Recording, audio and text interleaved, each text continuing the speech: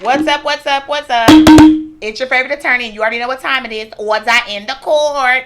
You know what you do. You write me with your you email me, sorry, or write me with your questions.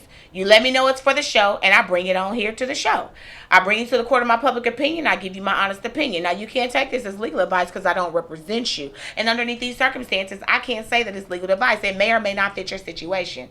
But I'm going to do the best that I can with what you give me. And I promise you, I'm going to be straight up, direct, to the point, and I'm going to tell you things in a very candid manner so that you're able to do what you need to do.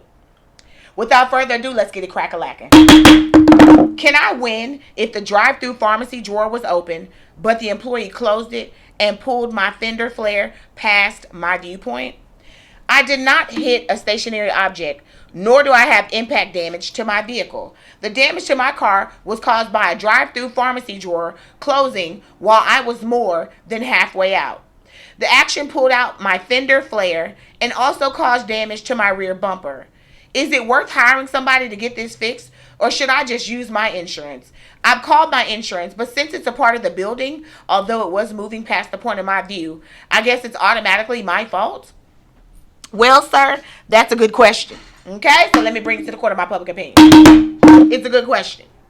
I need to know whether or not her pulling that drawer is what caused that issue.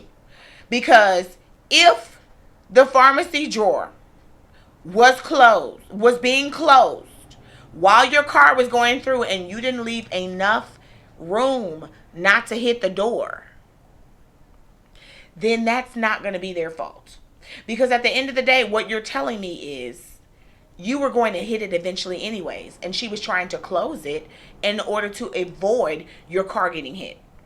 If you were halfway out and because she closed it, it got caught on your vehicle, I'm going to argue that you were too close to that door.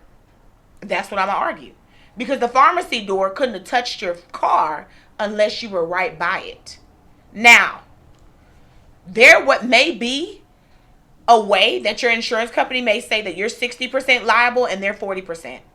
But at the end of the day, that pharmacy door is meant to open and close, and you shouldn't be nowhere near that MF when it's moving. You just should not. Now, if the pharmacy door was already closed and then you were driving off and she opened it and closed it as you were leaving, then that's going to be on her. If the pharmacy door was open and you were driving off, you had not closed it, and your door got caught because she was closing it, it's going to be your fault. Why? Because of the fact that the pharmacy door was open, and that's what caused the damage. You didn't close the pharmacy door. You are supposed to close the pharmacy door and drive off. If the pharmacy door is open and you're driving by it, you have to have been too close to it for it to have caught your fender. That's going to be you getting too close to it. I hope that makes sense. If you have any other follow-up questions, you got to let me know. But I'm going to tell y'all something. First car that I had, I hit someone in the back. Anybody would think that that would have been my fault. It was a 60-40. 60% my fault, 40% his. It was 60% my fault because I failed to control my speed. It was 40% his fault because he kept slamming on his brakes.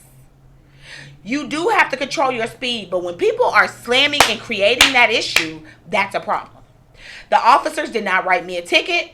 They did write up the issue with a car crash report that was given to our insurance company, and my insurance company said, no, you're 60% liable, Ms. Booker, because you shouldn't have been going that fast. You should have been able to control your speed, but sir, you slamming on your brakes presented a problem.